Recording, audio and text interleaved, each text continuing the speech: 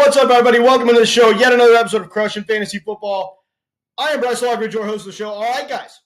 I have a list here of things we need to do in 2024. It's going to be way different this year, guys. Fantasy football changes every year. We know this. 2024 is going to be way different, so we have to adjust. We have to adapt, and we have to figure out the best way to approach fantasy football in 2024. So I've got a list here of things that I want you guys to do. Now, the first thing I have on my list, this is one of the most important things, hands down, is to draft one of the following 7 quarterbacks: Patrick Mahomes, Jalen Hurts, Aaron Rodgers, Josh Allen, CJ Stroud, Joe Burrow, or Kirk Cousins. Now, all of these guys have one thing in common: tremendous draft value. Now, in recent years, I've told you to fade like Patrick Mahomes, Jalen Hurts, Josh Allen, because I thought they were going too early. Like last year when a lot of those guys were going in round 2, I was like, just fade early quarterback, wait. If you drafted Josh Allen or Jalen Hurts, it still might have paid off even with second-round value, but that's just such a ridiculous ADP for a quarterback. But I don't know, quarterbacks are game changers nowadays with guys that have elite passing and rushing upside, guys like Jalen Hurts and Josh Allen. These guys are so pivotal to your fantasy team. Taking them with an early pick isn't necessarily bad, but now that they're slipping to round 4 or 5, their draft value is tremendous. So smash that early quarterback button, which is now more like mid quarterback because they're not going to round 4 or 5.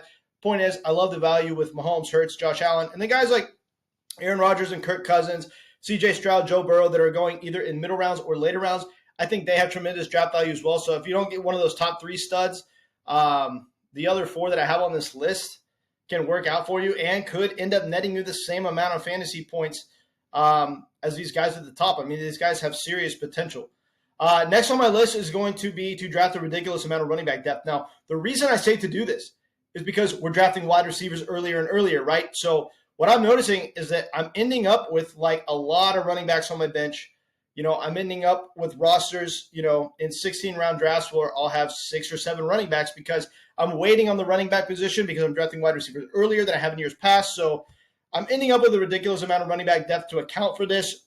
And so what I'm doing by this is by default making it to where I'm going to end up with 2 or 3 good running backs just because I have so many on my roster. So if I were to, take 2 out of my first 3 picks as a running back, maybe I wouldn't go as deep at the running back position. But typically I'm constructing my rosters to where I'm going wide receiver, wide receiver, wide receiver, or running back, wide receiver, wide receiver, wide receiver. I'm drafting a ton of wide receivers early. I'm waiting on running back. So I'm drafting a lot of running back depth to make up for this. Next on my list, speaking of wide receivers early, you really want 2 out of your first 4 picks to be wide receivers. I mean, if you're not, what are you doing?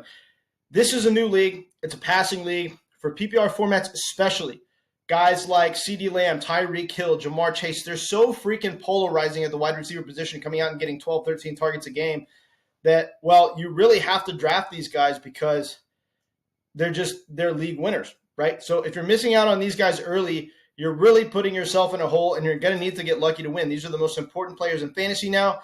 The wide receivers that go in round 1 are the most important players you can possibly have on your team. So 2 out of your first 4 picks have to be wide receivers. Next on my list is for best ball specific when it comes to stacking.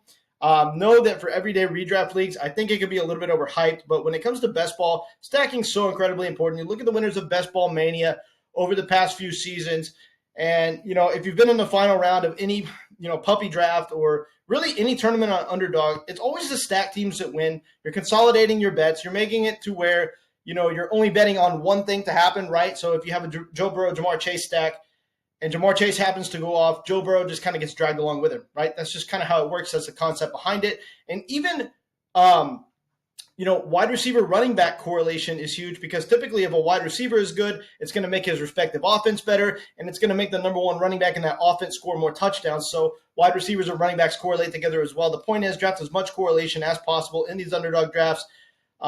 If you haven't been doing this, you absolutely have to reverse course and start drafting more correlated teams. Next and final thing on my list is I really want you guys to end up with a lot of running backs and wide receivers on your bench at the end of your redraft leagues because this is just the way that my rosters have been being constructed. I'm not always drafting a backup quarterback, although it's okay to do it sometimes. I'm almost never drafting a backup tight end, and I'm drafting the 2 most important positions, running back and wide receiver.